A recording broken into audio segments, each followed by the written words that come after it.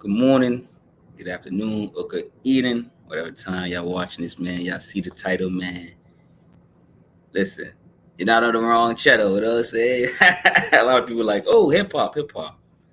I enjoy hip hop, love hip hop, but I was raised on other genres of music. And since it's the 50th year of hip hop, I wanted to figure out how I can tie other classical albums within this hip hop 50th year of celebration. So I started thinking about albums that are 50 years old, 50 years old in general. You know what I'm saying? That people around the world believe are classics. So let me know below if you believe this album is a classic. Um, we're gonna talk about it. We're gonna figure it out. But today is Friday, so y'all know what time it is, man. We gotta talk about the new releases real quick. Give out the artist some shine. Give the artist some shine real quick, man. Talk about what's going on out there. All right, number one, no order, but what was released today and what I pretty much listened to today was Mike Wise. Mike Wise, and it's called The Degree of Difficulty. Degree of Difficulty. I gotta tap back into that. I ain't gonna lie, I gotta listen to that one more time. Check it out. Number two is Black Rob. Black Rob came back out, even though he's passed away. I think they worked out something with his estate. Figured out something. I'm not sure. I know who was promoting this on Instagram, but a couple people were promoting this. But Black Rob Life Story 2. I haven't listened to it yet. It looks like it's a little. It might be some similar songs. I'm not sure from one. I gotta check into it. Y'all let me know if y'all listen to it, and let me know how it is. Number three is SD Knack, Stalker, and Mr. Rose is called Chango Macho, the Book of Dreams. These titles, man, I gotta research the titles to figure out what it mean, man. But SD Knack usually got great projects. He links up with great people. I never heard of Stalker or Mr. Rose, but the album title seems pretty interesting, right? All right, so number four is somebody I do know, you guys know, The Alchemist, one of the greatest producers out there now to date. It's like EP put out. It's like 5 tracks with 5 of the instrumentals. It's called Flying High. It's called Part 2. Flying High Part 2, The Alchemist. So you gotta remember, man. And you know what's funny? Alchemist is rapping on this. Yo, y'all forget Alchemist started off as a rapper first, and so he's rapping on this with the other rappers. So yo, go check it out. Go check it out. He got one with Conway. Go check it out, man. I'm telling you. Number 5 is JR with 3 R's. JARRR. It's called Hoop Dreams 3. He got a series called Hoop Dreams, and this is part 3. Number 3. Go follow the young star, the young OG, and go check out his lyrics. Great lyricist, great barsmith. He gets busy with the wordplay. So shout out to JR. Hoop Dreams 3.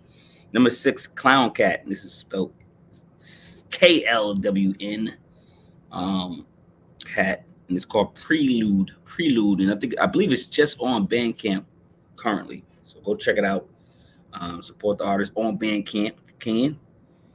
Number 7 is Jeezy. Speaking of an OG, we talked about an OG earlier with Black Rob, RIP to Black Rob and his family. But number 7 is Jeezy. He took the young Jeezy with Jeezy. He got a long album, about an hour and a half. He actually breaks it up into 2, so you can listen to each part, and then you can listen to the whole album itself. I listened to the entire album once at least, man, today, and that was tough. Just getting through an hour and a half. I'm not saying it was tough because of the music; it was just tough. It's an hour and a half, man. It's a long time. Man. So, go check out the Jeezy. It's tough. It started out tough. It's got some great music on there. And number 8, I just want to bring it up one more time. Is because was I on? Because this came out at a weird date. I think it came out on Wednesday. When was Halloween? But Lloyd Banks came out with Halloween Havoc 4. Halloween Havoc 4.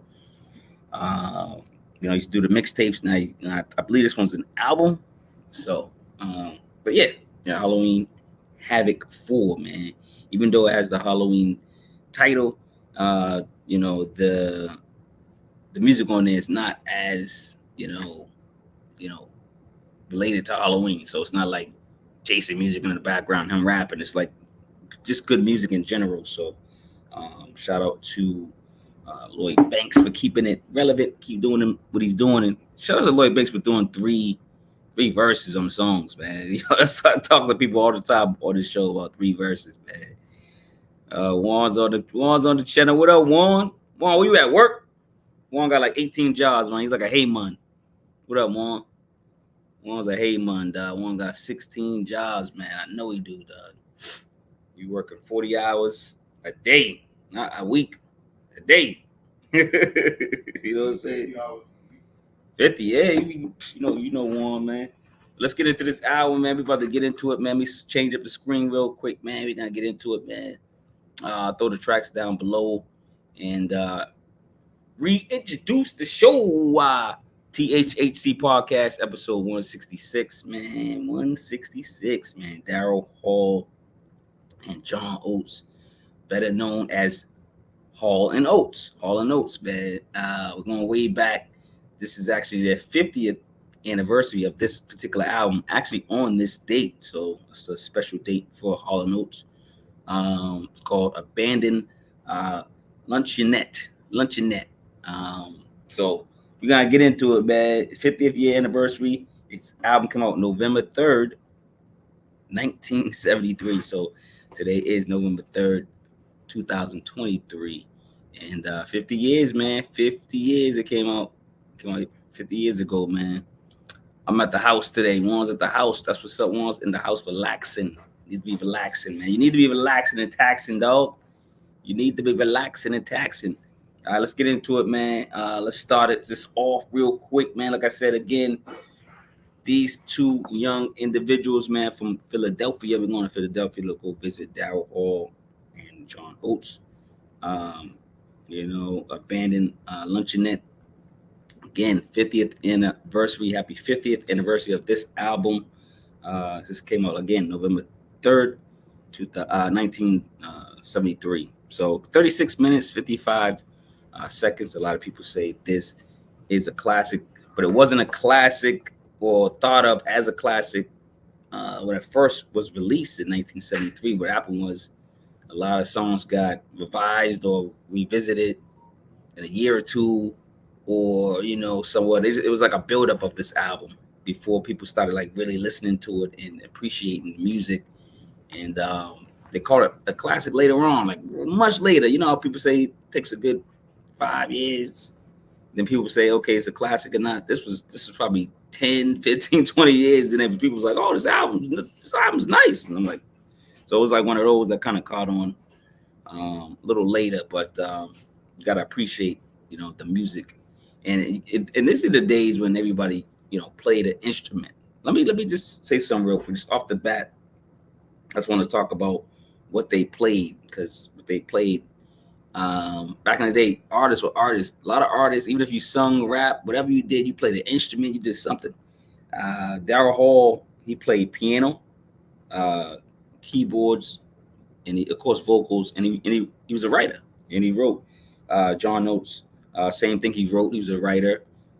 Guitars, played, various guitars, and vocals, of course, right? Let me just ask or let you know who did the rest of the instruments. Chris Bond did guitars, keyboards, and vocals. Shout out to Chris Bond. Bernard Purdie, he did drums and percussion. And then Steve Gelfand did bass. He did the bass. Boom, boom, boom, boom, boom, boom. You know what I'm saying? Did all that bass on it, man. Let's get into it, man. Let's stop playing. Let's talk about it. Again, I am Marquis Walker. What's good out there, man? Fact checkers, man. Let me know if y'all got any questions, any concerns, whatever, man. Just let me know what's going on. Let me know if y'all. First of all, this album came out before I was born, so I know y'all looking at the gray hairs. But it did come out before I was born. So this is, I wasn't born when this album came out. So shout out to Daryl Hall, John Oates, and shout out to music before you were born, because a lot of people don't respect that, other people's era. So shout out to everybody's era in music, man. Shout out to everybody's era, man. Not just mine, yours, whoever's. Everyone's like, 90s is the best, 80s is the best. Like, calm down. Everybody's decade was the best. All right, let's get into it. First track, When the Morning Comes. This is actually, this whole album's produced by Arif Mardin, Arif Mardin. I believe it's Arif Mardin. He produced the whole album. This is actually a funny story. This is their second album. This is their sophomore album. They're from Philadelphia, but they did this entire album in New York.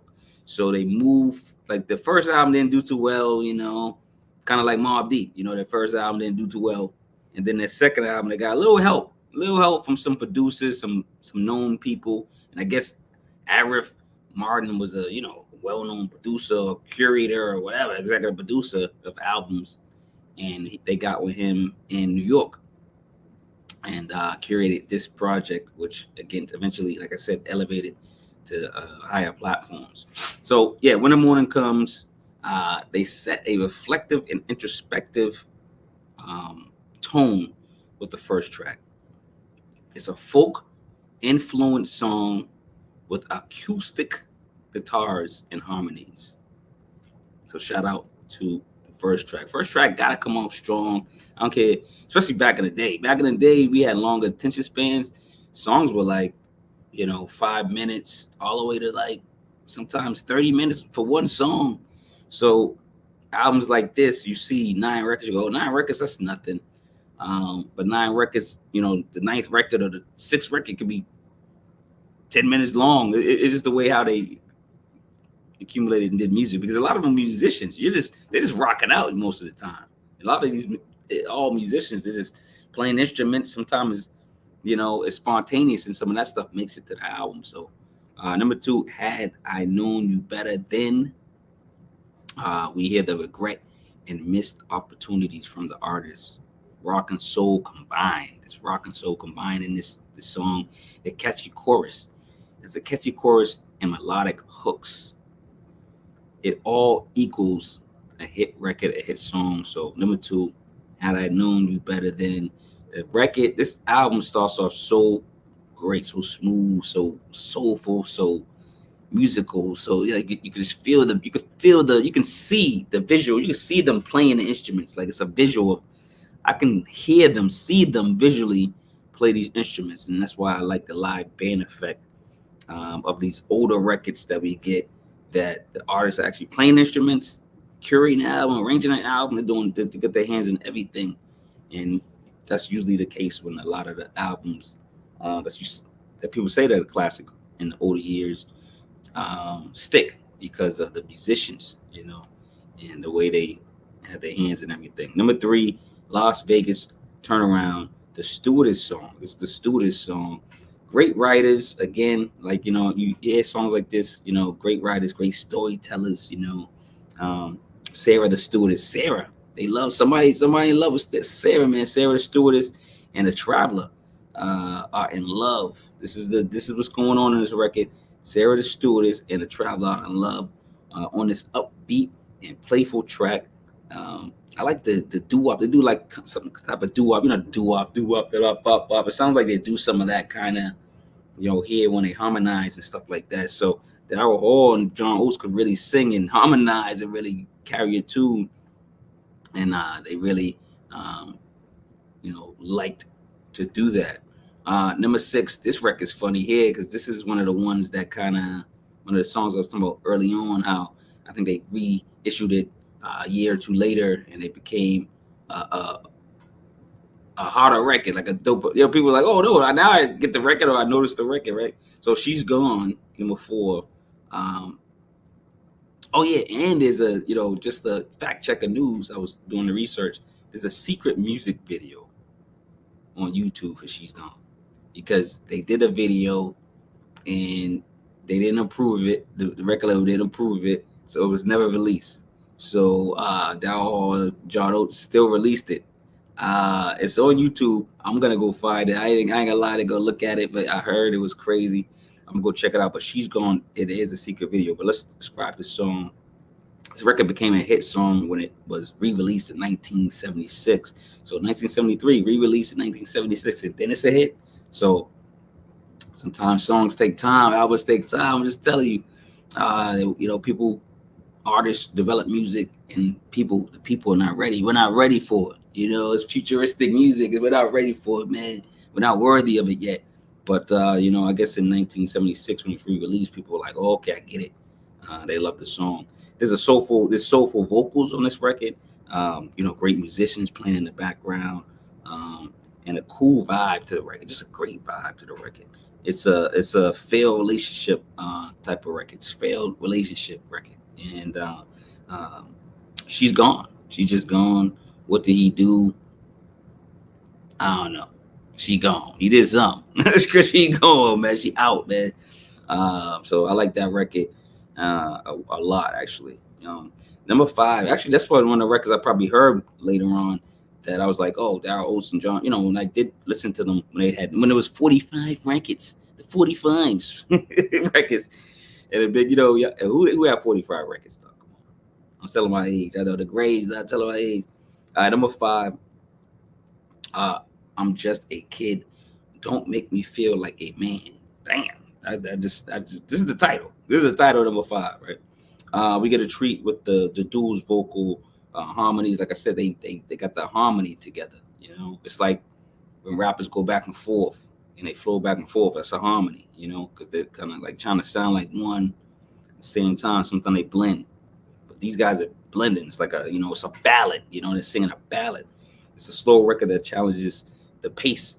Eventually, the pace changes in the record. I like that. It's like like sometimes we say 2 for 1, 3 for 1 record in hip hop, and producer maybe change the beat. But these are musicians. They might just change the tempo, or maybe take out the drum or something, and it just kind of changes the tone. They get busy on this song. They get busy like illegal on here. If y'all know that reference, let me know, man. Number 6, Abandoned. This is the title track, Abandoned Luncheonette. I like the title, and I like the cover. The cover of the album just looks like, you're like, what is this? What is this? And I looked at it, I'm like, yo, they had imaginations back then. It probably was a real picture that they found somewhere, and it really was abandoned. So, but it looks like a piece of art, right? But number 6, the story of the broken down luncheonette as a metaphor for the first love. And broken dreams. That's what this record's about. It's a combination of soul, pop, and rock. They mixed a lot of this stuff equally very well. When artists experimented back then, they put on a lot of the genres. I don't even think they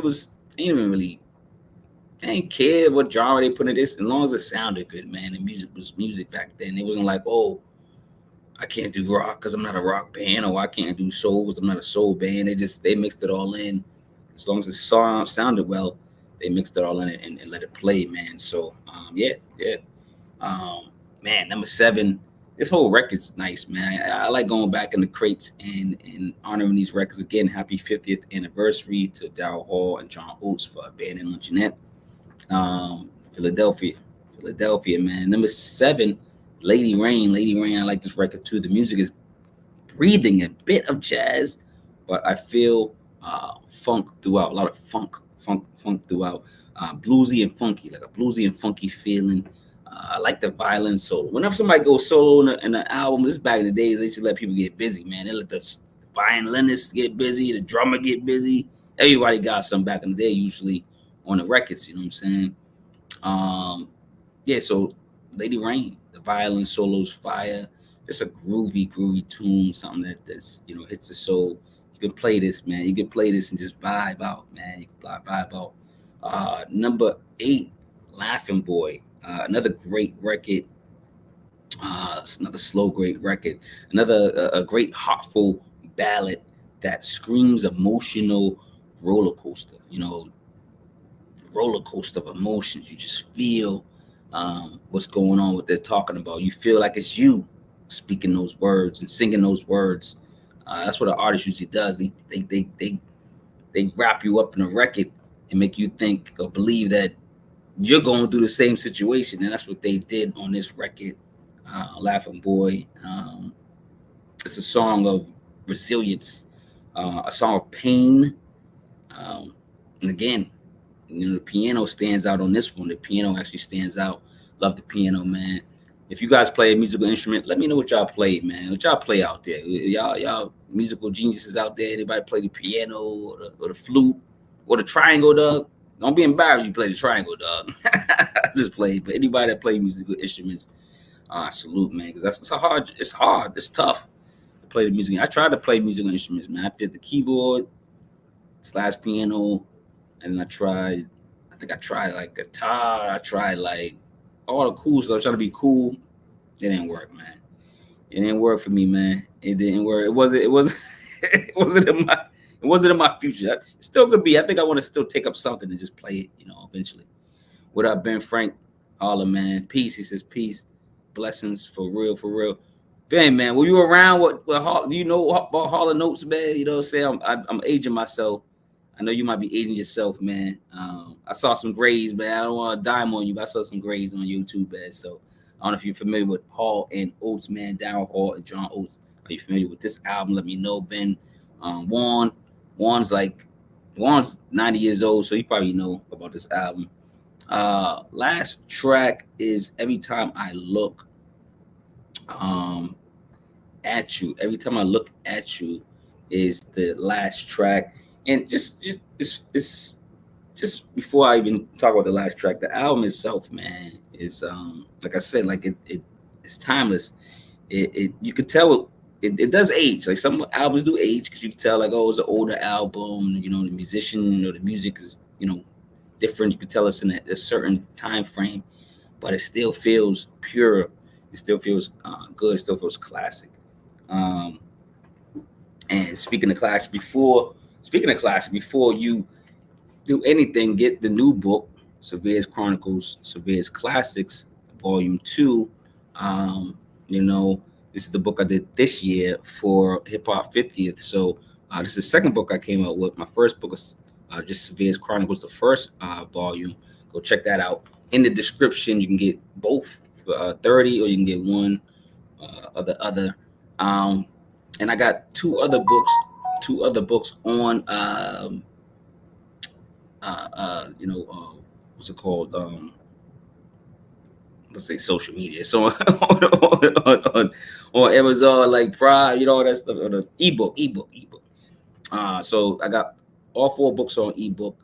I got EPs Need Love 2, volumes 1 and 2. Go check that out. So your favorite artists might be in those if they're not in the books.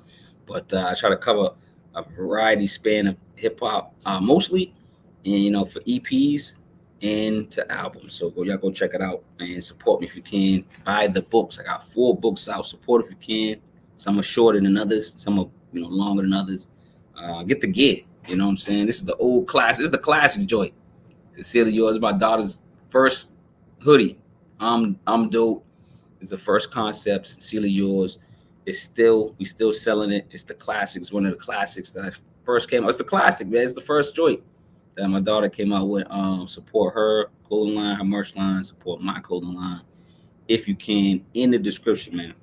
Last track, man. Let's get to it, man. Start playing. Number 9. Every Time I Look at You. This one, again, like in rap or any other music, sometimes the producer just beat changes, and then with musicians, they do the same thing. It's like they're rocking out. This one sounds like it's just a studio session. It's like they're rocking out and they're changing different tones and tempos or whatever. The band took it to a whole nother level on this one, on this last track. Song tackles the power of love. The power of love, man. But that's the most powerful thing on the planet, man. Love, baby. Song feels like a great band session, man. Just like a great band, like I was saying earlier, it's just a great band session. Like this is going off, man. You can feel the music, you can see the drummer, you can see the guitarist, man. You can see these people playing, man. You can see me in the back playing the triangle, man. All that, man. Triangles need love too. Triangleists, they call it triangleists if they play the triangle. I don't even know. But 1973 Atlantic Recording Corporation. Warner Music Group. Like I said, the album was done in New York, but they're from Philadelphia. And Arif Mardin produced the whole album and took them to a whole another level. And just a couple quick facts on them, real quick, before I come back from Philadelphia to Boston and get out of here. If y'all got any questions, let me know right now. Let me know in the comments. Let me know in the comments now or later. Let me know some comments. Let me know what album I should do next. Let me know uh, what's another classic album. It doesn't have to be hip hop. I keep telling people it doesn't have to be hip hop. It could be anything. Look at tonight. I'm doing Hall and Oates. Like Hall and Oates is like I was saying, making fun of him earlier, saying it was gangsters. Gonna be some gangster stuff, but you think they're not gangsters, man. This is like because hip hop. I do mostly hip hop, but this is great music as well. I grew up with Hall and Oates, man. Great fans, huge fans of Hall and Oates, man. I bow down to the kings, the legends. All love, man. All love here in Boston, man. Just real quick, like I said, I think I already mentioned it. It's the second studio album. Album showcases their songwriting abilities, vocal harmonies, and the fusion of various musical genres. And I was kind of saying that within the reporting of this album. Anyway, I'm just trying to sum up the album. Certified platinum 29 years after release. Like this is listen, artists out there, so don't be discouraged. You could put out an album, then 29 years later it goes platinum. I'm just saying, I'm just trying to give y'all some encouragement, some optimistic way of living. But yeah, man, you can do an album, project, and people can catch on to it later. I say that a lot when I listen to hip hop. Sometimes I listen to an album and I might not get it. When I say get it, I don't get it. It's like it's like a book. You might not get it until you read it the second time or the third time. It's music. You might have to listen to it over and over again. It could be a person that's a great storyteller, so you got to sit down and listen to the stories. It could be somebody that's very, very lyrical, and you got to like research what the hell they're saying, just to kind of write something. Usually in music like this, it's like Hall and Oates, they're not gonna really stump you. They're gonna be, pretty much when you write a song, it's gonna be clear, pretty much clear. Not that many words to break down. And then older albums like this that are known as classics, people have already done it, and you can just kind of like read what they say and kind of actually put stuff in your own words in a sense, man. But I usually listen to what people say, but I also listen to the album numerous times, and then I get a good feeling in it, and then I write my review. So shout out to Hall and Oates, man. All love, prayers to everybody that is missed, that was associated with this album. And yeah, man, thank you guys for joining me. Yeah, I am severely yours, man. I'm out of here, man. I just trying to come through and talk about this classic album. Is it a classic album? Y'all let me know. Have y'all heard it? I know it's an older album. Y'all probably like, Marquis is insane. I haven't heard this album, but there's a lot of fans out there, true musical fans that probably heard this album. Let me know if you're Hall & Oates fans. Let me know your favorite Hall & Oates album. Let me know your favorite Hall & Oates songs individually. What you think about this album? Is it a classic? Is it five mic source classic? That's what we used to call it. No, not saying no mistakes, but just a great project that you can go back to over and over again. Maybe listen to it at least once a year. Is this the album that you go back and listen to at least once a year? Is it a classic? Let me know. And then let me know what you guys think I should do later and in the future for other albums, not just hip hop, but anything that is good and sounds good. Ben says salute, man. Thanks, Juan, for joining me. And Ben for joining me as well, man. He says Hall & Oates classic. Okay. Ben's familiar with Hall & Oates, so he's aware of their stardom, their greatness, and the history of Hall & Oates a little bit. So yeah, they do have classic albums, classic records, and I enjoyed going back, digging in the crates, looking for the albums, right? And pulling this gem up and dissecting it. So again, I just love music, man. I love what I do. If you guys can support, like, subscribe, ring the notification bell, share the video, comment below, tell people about the show and the channel, you know what I'm saying? And you know what I'm saying? Don't be shy to comment, man. Let me know what you want me to do next, man. I am Marquis. I am dope. Sincerely yours, man. All right. I am out of here, man. And y'all know what I say after every show. Spread more love than hate, man. If you get up in the morning, spread some love to yourself in that mirror, man. You know, jump back and kiss yourself, like James Brown used to say, man. And go around and show that same love to those circle of people, family and friends in your circle. Today is my one of my aunt's birthdays.